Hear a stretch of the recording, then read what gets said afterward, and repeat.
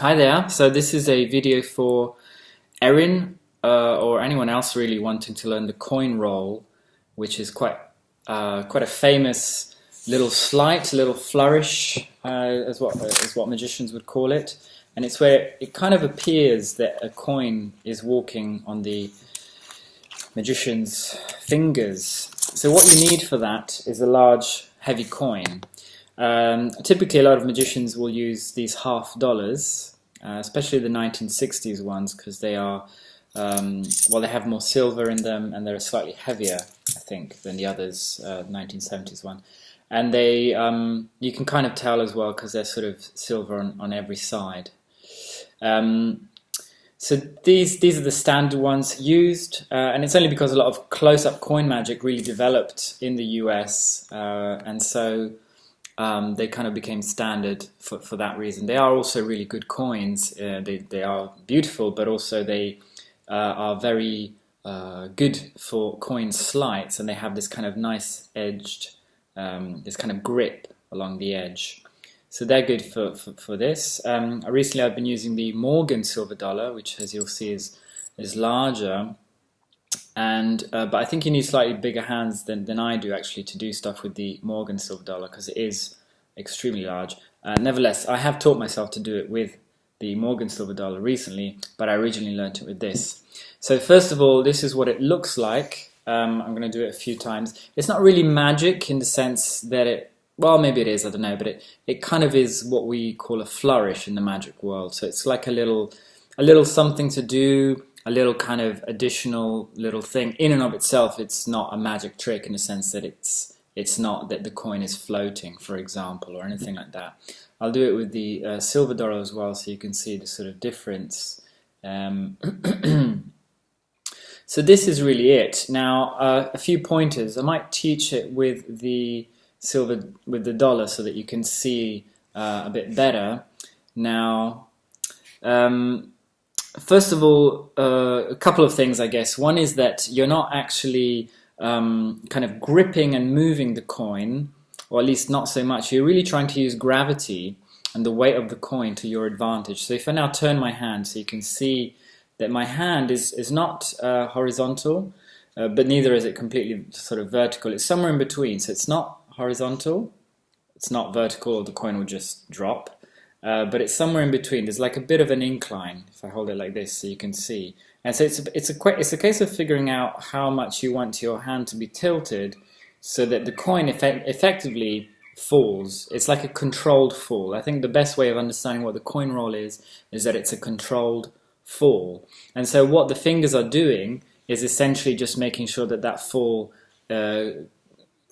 lands in the same way, in the same rhythm each time.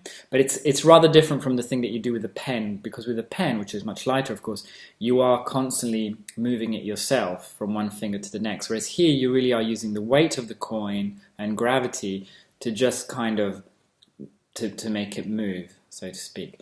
So the mechanics of this, you start, if you're right-handed, do it with your right. Some people are able to do it with both hands. I never taught myself to do it with the left. Start on the right. You're going to pinch it, and mainly what you're using is this kind of this section of each finger. Yeah, so you're not going to use the knuckles. It's not going to go over the knuckles. It's not going to go over this side. It's really kind of going between the base of the finger and this sort of and the knuckles. That's the path of the coin, so to speak. You start like this by kind of pinching it with your thumb. You can put it in place like this, and effectively it's just kind of a case by case. It's figuring out how much you're going to kind of release with the thumb to let it drop. As you do that, I mean, I sort of learnt it by, I sort of do it without thinking now, but I can see that my middle finger is beginning to come up just as that coin is falling, so that you can see how, it's now been saved. If that middle finger didn't come up, the coin would just slide all the way down. So you're going to basically block the slide of the coin with the middle finger, and it really is about like blocking it, because if you're sort of not inclined enough, if the hand isn't tilted enough, then in a sense there's nothing to block there. You're going to have to like push the coin yourself. So what you want is the right amount of gravity so that you stop it with the middle finger, and then you carry on the same thing. You're going to push down slightly with the middle finger. The coin, the weight of the coin kind of goes forward. As it propels, then it gets caught by the ring finger, and then finally by the little finger. Okay, so that's it. That's it, basically. It's kind of figuring out the right amount of gravity to make this dig, dig, dig, dig motion. And finally, when it comes to the little finger, it's a little bit different. There are some different ways of doing that, but the way that I suggest and prefer, because I think it looks the neatest, and it's it's a very small, quick reset to get back to this position, so to speak, is that you come here. Now, let's say I've got the face of the coin facing outwards, facing the ceiling. What that means is that my thumb is going to come in, and it's going to make contact with the other side of the coin. In this case, it's an eagle. Yeah, the other side of the coin, so not the face. The face remains here. And once you do that, you see it's already gone through.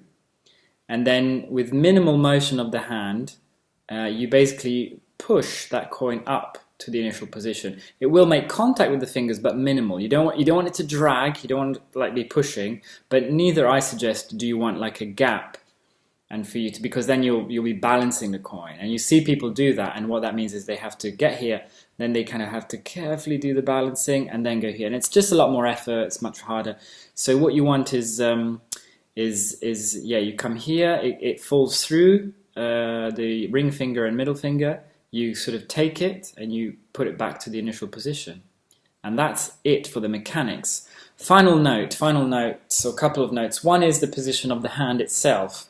It's a bit like with learning guitar and stuff. It should be fairly soft, like it's not a kind of cramped, it's fairly soft. Your shoulder is nice and relaxed. I'm sort of resting on a table here. So that's a good thing to try. You want to try, I suggest, with on a cushion or a mat, like maybe you're doing some admin or watching TV or something, because you will drop the coin loads. And it's so frustrating for you and neighbors or whoever if you're kind of constantly got the sound of a coin dropping on the floor. So I would say just have a kind of a soft mat to practice. Going back, so the position of the hand, it stays as it is, yeah? So see, without forcing it, see how my hand doesn't, so I go here, in the reset, I don't like adjust the hand. A lot of times you see magicians kind of do this, then they have to readjust. It's not necessary. If you've got this motion right, if you've got the reset right of coming under here and pushing it up, you literally don't need to move the wrist, the arm, the hand, nothing. So that's why it's really key to just get the right position of the hand, so that you can keep doing the coin roll. It's very satisfying to do. It's quite mesmerizing to watch, even to watch yourself do it in the mirror. And it's a nice thing to show. It's a nice thing to teach to others. You're not breaking any magician's code by giving this away, so to speak. It's kind of like it's just a nice little flourish. And like I said, some people then do it more advanced. They do it with two hands at the same time. Some people also do it on the palm. So I can't do it with this coin, and probably not even with the smaller one actually. So once you there we go.